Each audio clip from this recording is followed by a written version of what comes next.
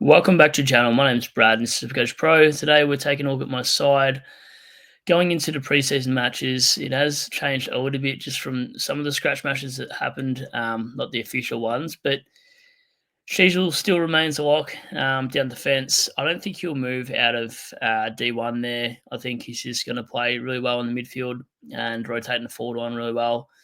I remember him kicking a really nice goal around the outside 50 against the Cats game. So I think even if he does play forward a little bit, I think he'll have good impact anyway. So he has not moved. Rivers, I'm going a bit of a pod route here, hoping he continues his midfield stint that he did the back end of last year.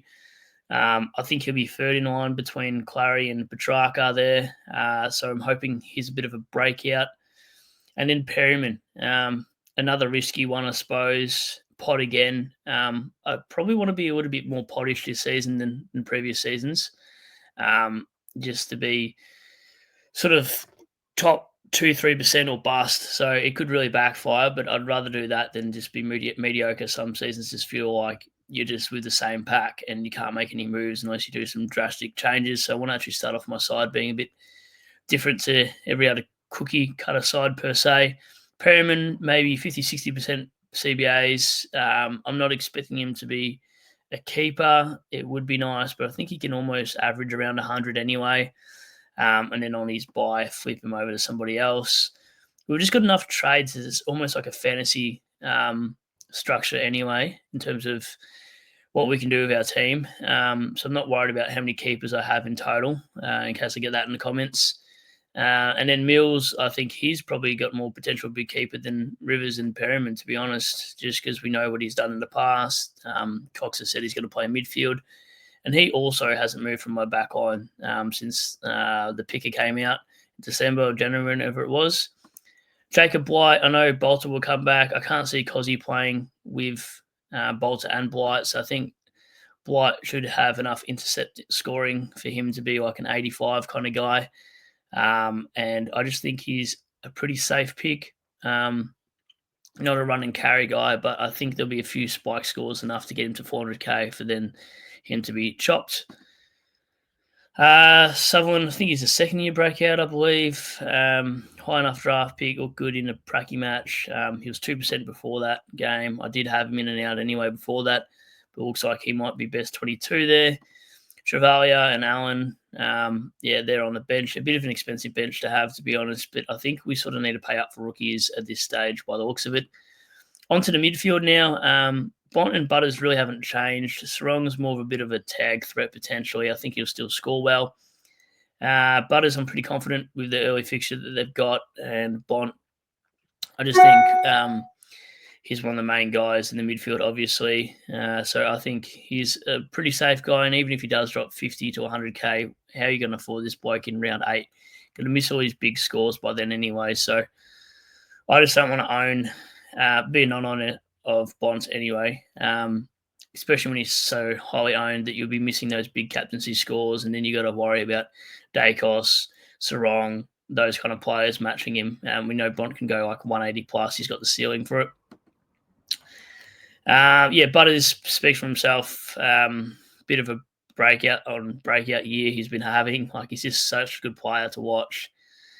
Plays Richmond early on. So for me, Butters hasn't moved from M2 either. Richards, I think he's got the gig there. I think, in the practice, he's been lining up in the midfield. So for me, I think he's probably a top 10 midfielder.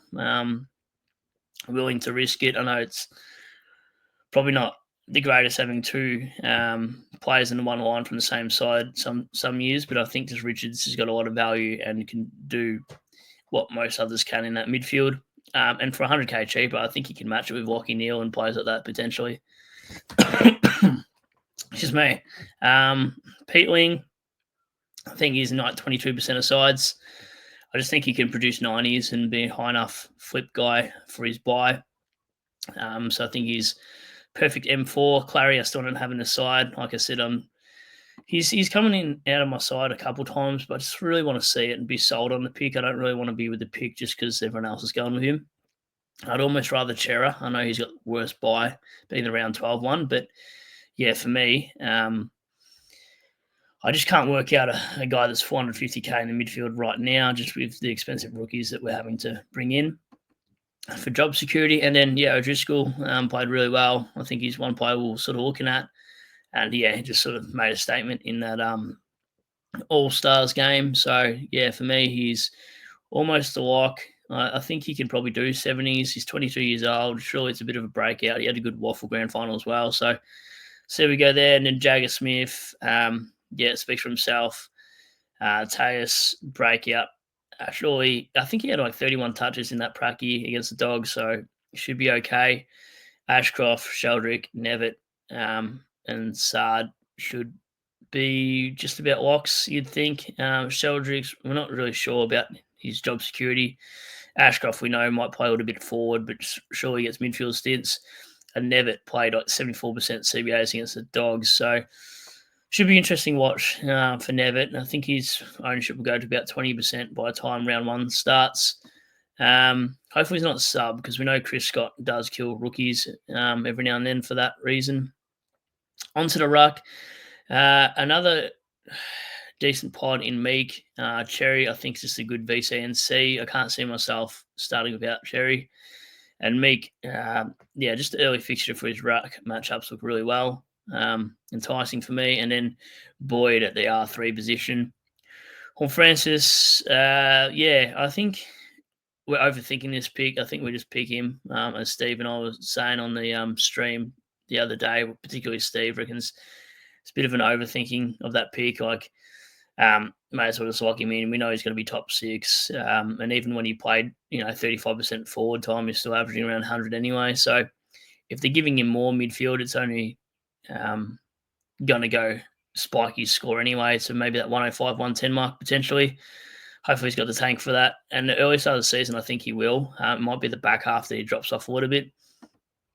McRae, Smith. I don't think Smith will be as like, if you wanted to anti-pod him, I don't think he will hurt you as much as people probably think. McRae could be anything. He could honestly average 80 or finish on 105 for the season. I'm really not sure where McRae sits, but safe enough for his price point, along with Bazza to just lock him in. Parker, a bit more risky, but I much prefer him over Sanders. Sanders, for me, I bought him in as like a F7, F6 kind of guy in the middle stages of last year, or maybe the back third, and it just didn't really work out for me. I watched him heavily and just didn't like the way he sort of read the ball. I thought it was pretty poor at times. His decision making was woeful at times as well. So Sanders, don't know. I'd rather Parker. I know we probably don't think Parker's going to get a lot of midfield time, but I think I see it as like a 50-50 split if we're being realistic, and I think that pushes him slightly above Sanders, and Sanders could be sub anytime. We've already seen what Bevo can do to rookies in the dog side as well, so not sure if Sanders would be the breakout pick people think. I'd rather almost go to Parker. I know he's like 31, 32 or something like that, but yeah, all it takes is one or two injuries from North Melbourne, and he's right in the guts, 70% CBAs, no worries. And then Caleb Daniel, if you're not starting him, what are you doing? Like, he's got the halfback role. He's probably one that finishes in top 10 forward line. So there's a few keepers in this forward line. Although you might not see keepers overall as a team, I do see a lot of this side actually being keepers. And then Hewitt surely plays a lot of games. I think he's a like, same with my bench at the moment as well. Erasmus and Davison. Cody Waitman out for a good portion of the start of the year, so Davison's got a wing spot / forward line spot, you'd think. Unless there's another player ahead of him, I'm not too sure, but I think Davison should be fine. He's ex-VFL Richmond. And DeConning, this is a risky one, but this is what the flex is probably for.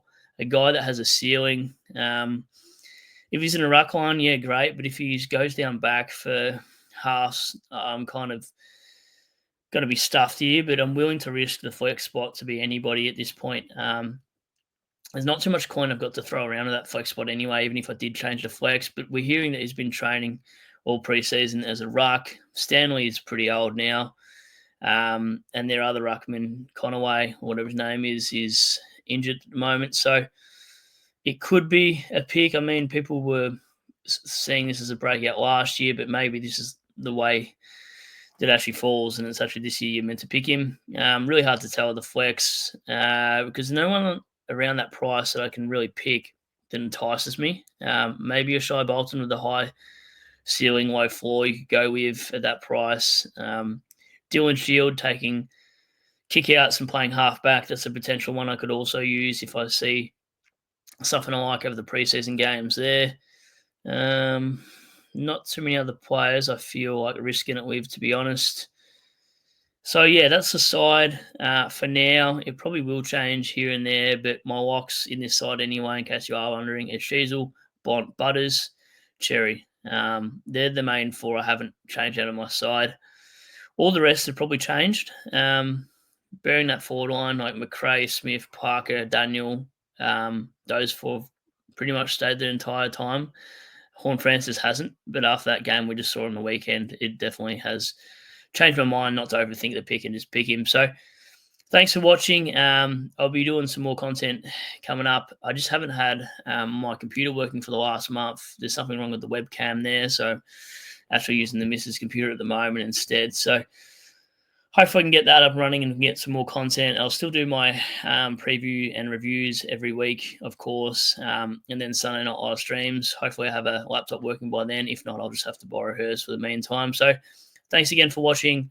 Like and sub if you haven't already, and I'll catch you on the next one. Probably during the preseason games, I'll do some thoughts on those players and just a bit of a write-up on some Supercoach relevant players. Thanks for watching. Cheers. Bye.